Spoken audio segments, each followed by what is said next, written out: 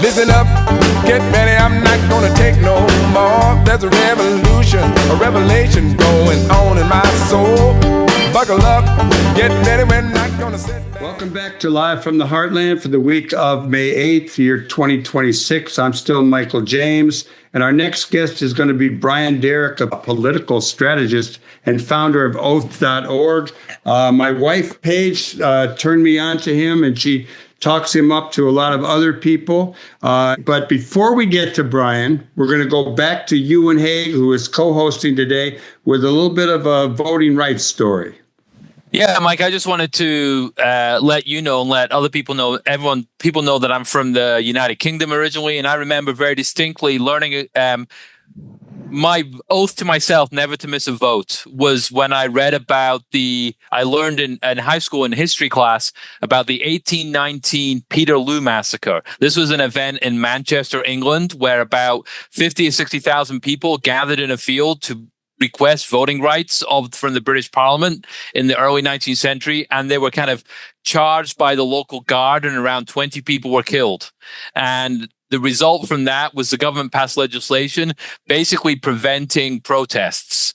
And so that kind of recognition that people died for this right that we often take so casually, I think has always been impactful to me. And obviously moving to the United States and then learning about voting rights and the civil rights and people, again, who died for this right to vote. And now we see it. It's so important to democracy. And I'm really interested to learn what Brian's doing with his organization. So it's great to have you on the show, Brian. Thank you so much for having me on. And what a fun intro as well. So appreciate that, Michael. Why don't you take it away by telling us a little bit about yourself and tell us what Oath is all about. Yes, I am originally from Ohio, so I'm a Midwesterner at heart. And yes, a Buckeye. I actually met my co-founder in our freshman year at Ohio State. So we have Ohio baked into the DNA of Oath. I spent most of my career in campaign world as a campaign manager and finance director, doing a lot of the frontline fundraising for Democrats running for Senate, governor, Congress, et cetera, and really got to see the problems with the system up close in that role.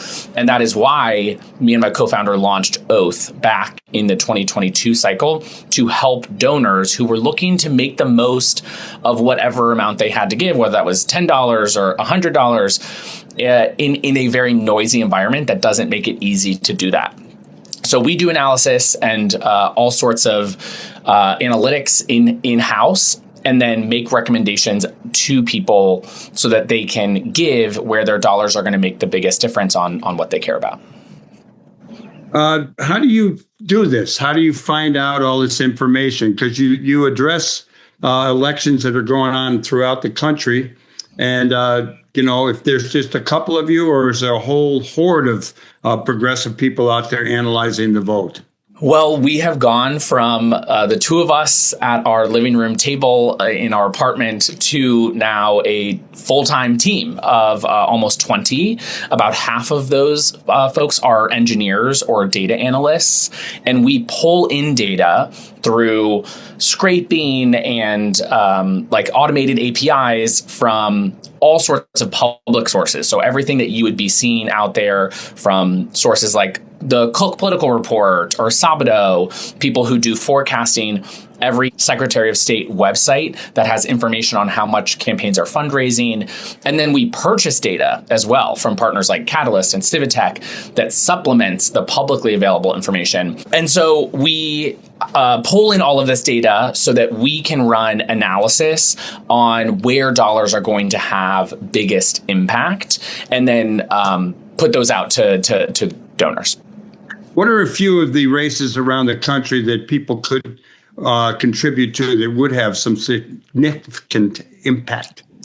Yes, there's a number that come to mind depending on how far down the ballot you're looking to go.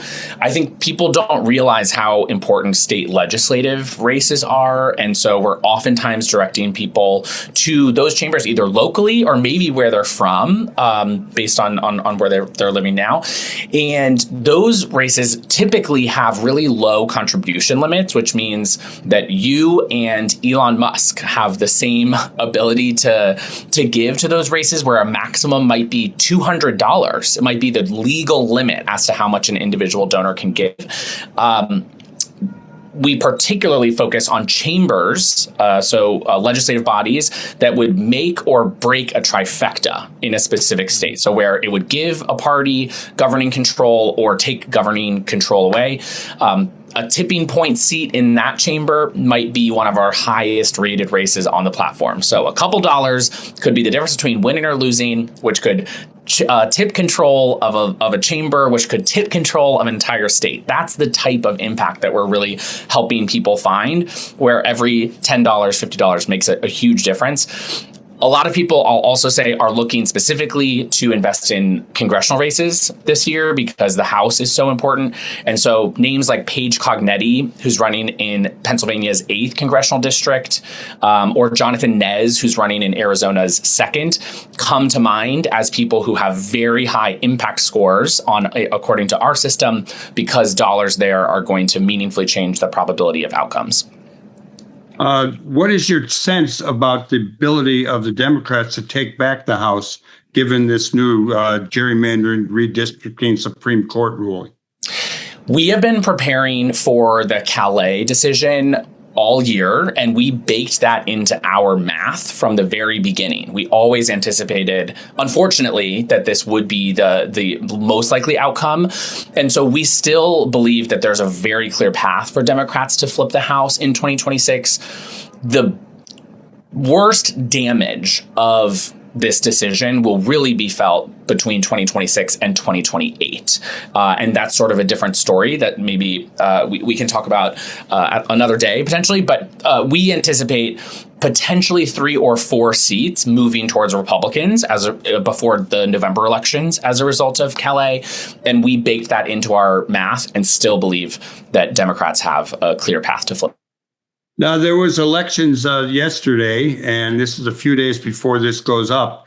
But tell us about Indiana, where Trump his supporters seemed to come through for him, but also in Michigan, where the Democrats may have picked up a state house seat. Yes, that special election in Michigan was a big win for Democrats. We definitely thought that Chedrick Green had a path to victory, but certainly were happily surprised to see a win by almost 20 points in a competitive seat. That is a really big deal, with turnout being quite high, almost half of the number of folks that turned out in the 2024 election. So for a local race like that, it's showing a lot of enthusiasm for Democrats, which is another among many, many signs that this could be a type of wave election year for Democrats.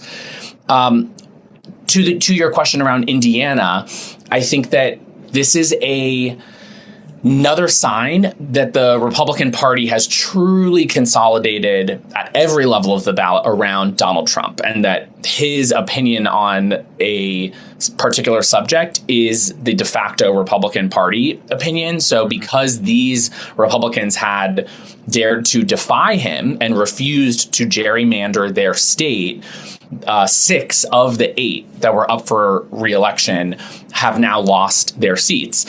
I think that the impact of that is really going to turn up the heat on the state legislators in southern states who see their fate and want to avoid that happening to them. They want to keep their jobs. And so I think they're now more inclined to aggressively gerrymander states like Louisiana, and maybe go further than they otherwise would have in order to appease their leader and avoid him supporting a primary challenge against them. Brian Derrick, let me ask you about the Electoral College. Given the weighted advantage of low population states, red states, that they have in the Electoral College, do the Democrats have diminished chances of winning the Electoral College in the presidency in 2028, 32, 36, or maybe no? I don't think that the chances are diminished. I don't think that we need to be pessimistic, but I think we have to be realistic about what the path looks like to retake the White House, and that for the time being, that means getting the electoral votes needed to win. And that requires Democrats thinking expansively about the map and where they need to be competitive so that there's not an over-reliance on one segment of the party or the base, but a broad coalition that can win in hard-to-win purple states. I will also just add the note that I think people are going to be hearing a lot about the National Popular Vote Interstate Compact, if they haven't already, in the next 24 months, because it just got another signatory in the state of Virginia. And essentially what it is it's an agreement among states that they would abide by the national popular vote in how they allocate their electors if states representing more than 270 electoral votes sign on to the agreement. That's when it becomes active. And there's a path, if Democrats do really well in 2026, to secure trifectas in states like Minnesota, Michigan, Pennsylvania, Wisconsin, and others, and push that number over 270, potentially triggering a national battle over whether the Electoral College will be used in 2028. And that goes back again to the importance of state and local, state house elections, local elections, because when you're talking about the trifecta, you're talking about state house, state legislature, and governor. And of course, the state legislature is who determines the congressional boundaries and the districts and so forth. So it's important to, and I think the Democrats maybe have been a bit behind on that strategy, recognizing the importance of states in being able to sort of set the basis for national elections. I think that's exactly right. And Republicans have been investing down ballot for decades at numbers that far exceed what Democrats or those on the left have been able to match. But I especially would point out the 2010 election cycle, which was the first midterm cycle after President Obama was elected the first time. And it was a wipeout for Democrats. There's sort of like accusations there that Democrats not just fell asleep at the wheel, and we lost over 60 House seats, but most importantly, almost 700 state legislative seats flipped hands from Democrats to Republicans, giving Republicans control of 20 additional state House chambers. And that gave them the power to gerrymander themselves into power for all of the 2010s and into the 2020s. We're still living under the shadow of the 2010 election cycle. I would argue the most important of my lifetime. It wasn't even a presidential, but that really set the stage for Trump. It set the stage for everything. So those, to your point, those down ballot races are so critical. Yeah, and we're still dealing. I mean, obviously we're in Illinois here, and Wisconsin is slowly unpacking.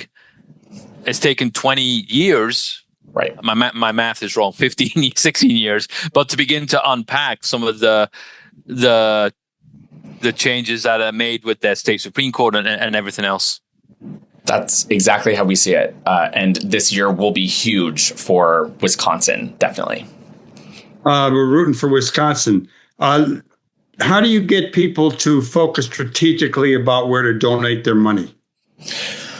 Well, a big part of it is taking the noise and the spam away, that people just feel inundated and overwhelmed with texts and emails from all these people that they've never heard of, and they have no way of knowing which of them really need their help and who's kind of, singing a long tail. And Oath is an outside objective analysis that we can offer to cut through all of that. So you can tune it all out. You can unsubscribe. You can stop all of reading any of that and just focus on what matters. And the way that we do that, and the way that we make it easy, I referenced before, is our impact score. It's just a 0 to 10 metric of, will my dollars potentially change the outcome of this race? It's not to say that we like some people better than others, or that some races are more important than others. For us, what we are offering is just, will your dollars, will your $10, $100, $1,000 be the difference in this candidate winning or losing?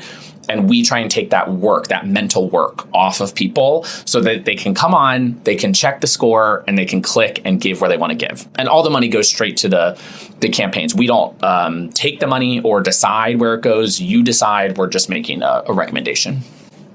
Brian, are there any mayoral, gubernatorial, congressional, or Senate races upcoming in primaries that you wish people would pay more attention to? Oh, how long do we have? I have to check the time. There are so many. A lot of these get overlooked. You didn't mention state Supreme Court, but I will call out there are 2 seats up on the Georgia State Supreme Court in just a week, about 2 weeks. And they're vitally important because if Democrats win those seats, we just flipped 2 seats on a different statewide panel in Georgia. If we flip those, we actually have a chance to flip the Georgia Supreme Court majority in 2028, which would be a really, really big deal in a battleground state.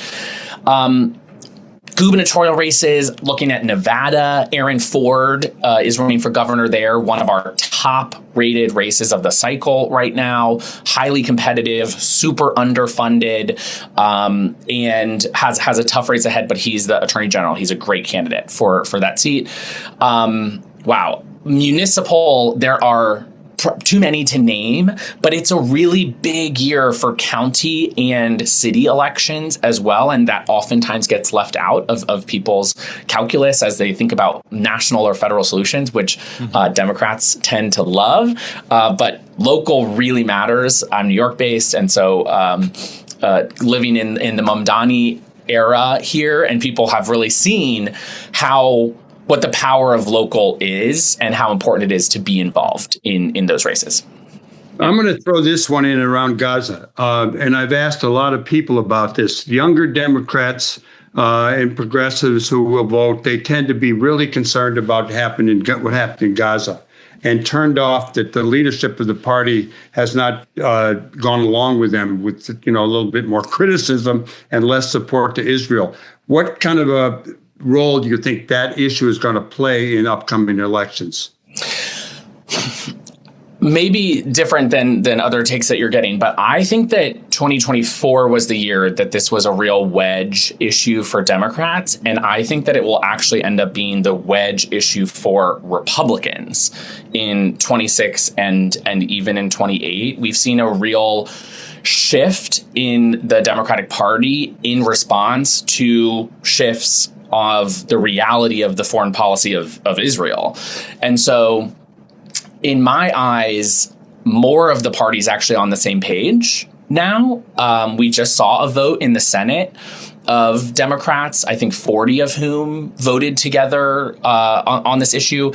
And so it's really Republicans that will have to answer for why Trump started a war with Iran, when that tends to be the thing that is breaking apart the MAGA coalition right now. We've just come out of the Illinois primaries. They were about 6 weeks ago. We had Mike and I both live in the congressional 9th district, which was very competitive, but it seemed to be...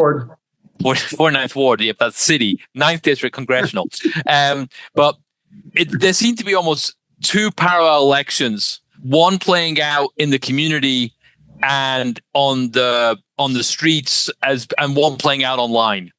And I think the result, the online presence did not necessarily translate into an on the ground victory.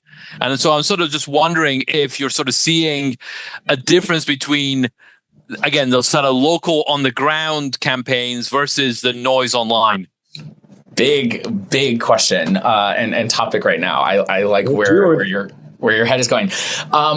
What I will say is I think that reflects our reality right now, that we're kind of all living in 2 different parallel universes, politically at least, but in general, one is online, one is offline, and they can feel like totally different things. Politically, I think that you're right, and what makes a great candidate has to, in 2026 and beyond, translate from in-person to online. Donald Trump has shown us that you have to be able to translate your message from the in-person work that you do into a digital message that can be carried across algorithm-driven feeds. That is a must. But being great at algorithm-driven feeds and generating content does not automatically translate into real progress on the ground and in person. And so I think that one begetting the other does not, in this case, mean that it works in reverse. So for a 2028 candidate, just to put this into practice, for me, that means that we need a candidate that can command the attention of millions and tens of millions of people online in a way that Republicans have at an expert level for the last 10 years. But that does not mean that we can recruit anyone who can do that to be our presidential nominee. So it's tricky, but the bar is ever increasing for what it takes in this world. My daughter Casey Blue gave me a few things to ask you, which I think were good. How do you remain hopeful in this political climate? For me, the first thing I want to say is hope is cultivated. Nobody can gift it to you, and it doesn't just happen. You have to actively cultivate it in your life. And so for me, some of the big ways that I do that are to celebrate the wins. Think about the Michigan special election win last night, historic overperformance in a battleground state. Like, do you actually take any time to celebrate that and feel the lift up, or do you only pay attention to the things that make you angry and pull you back into sort of the rage? The other ways that I do that are to take action. If you're not doing anything, it's easy to feel powerless, but you aren't. And so remind yourself of your power by exercising it. And there are many ways to do that. Of course, we focus on the donation component, but it's not the only way to be involved. So whatever that looks like for you. I do a lot of dancing on my Instagram, which is sort of my thing. But I think that having levity and silliness and realizing that we deal with very serious issues, the work itself is very serious, but that doesn't mean that we can't have joy in doing the work is also part of it. And so whatever that looks like for you, and then community as well is the last piece, that you have to find people that really see you, that you connect with, and that it feels like tough times bring you closer rather than tough times make you feel more isolated. Brian, let me ask you, what drew you to this work? Well, I did not plan to work in the political space. I went to school and focused on civic engagement and nonprofit management, and thought that I would always work in the public sector for nonprofit organizations. But the more that I did that, the more I saw the stakes of who walked the halls of power, particularly in DC, but more broadly, the deeper that I got. And I just felt that the most good that I could do would be putting more people into those halls who thought about other people before they thought about themselves. And so that's kind of what it comes down to for me every day, is that I really believe in the power of government to be a force for good in the world, both here in the US and around the globe, if you have the right people at the reins. And I just want to help people who deserve to be there make it, so that they can be making better decisions for all of us. Our first guest on this week's Live from the Heartland was Chris Rivers, and she wrote The Congressional Black Caucus, Minority Voting Rights, and the U.S. Supreme Court, University of Michigan, 2011. Chris, do you have any questions for Brian while we have a minute or two left? I have so many, but I'm going to try to restrict it to one comment and two questions, one of which is an invitation. The first is I really appreciate your emphasis on the state and the local, even though I wrote a book about congressional. And when I was in graduate school, there was so much emphasis on congressional politics. State was sort of seen as a little less sexy. It also tended to lend itself more towards the type of quantitative methodology that I'm not good at. But the emphasis was more on the national level. And I love your emphasis, going back to Tip O'Neill, all politics are local, where that mantra was still over our heads in the 90s, but we were tracked more into this federal level approach. So I really, really appreciate that emphasis. And I repeat that to my own students. My first question is, I would love for you to come talk to my class in the fall. I'm teaching my course on law, politics, and voting rights, and you would be a great speaker because you know this stuff way better than I do, what you were just talking about. But the quick question that we can just all kind of close on is similar to your daughter's question, Michael. I'm talking to students who are either so plugged into social media with respect to this, and others who have started to check out. So I have trouble figuring out, I don't know what to tell them in terms of how to balance that as somebody myself who's had to check out of a lot of it for sanity. So just any advice you can give to students who are trying to figure out, how do you weigh that? Because at what danger do you check out? First of all, I would be honored to join your class anytime. So please let me know the time and place and I'll be there. I have tactical advice for people on managing their sort of news onslaught, and that is to read as much as you can. I think that it's oftentimes a good way to anchor in the facts and really dive deeper on the subjects that concern you the most. If something's causing you stress, go read a lot more about it than you would like watch television. And the second is to curate it for yourself, to find one or two sources that will aggregate the news so that it's not on you to both find everything and analyze / understand it, but find someone to do that first part for you. There are lots of platforms that will do that, like Ground News or Axios or Tangle, or use something like that so that you can see a highly curated, filtered view of what you need to know rather than drinking from a fire hose.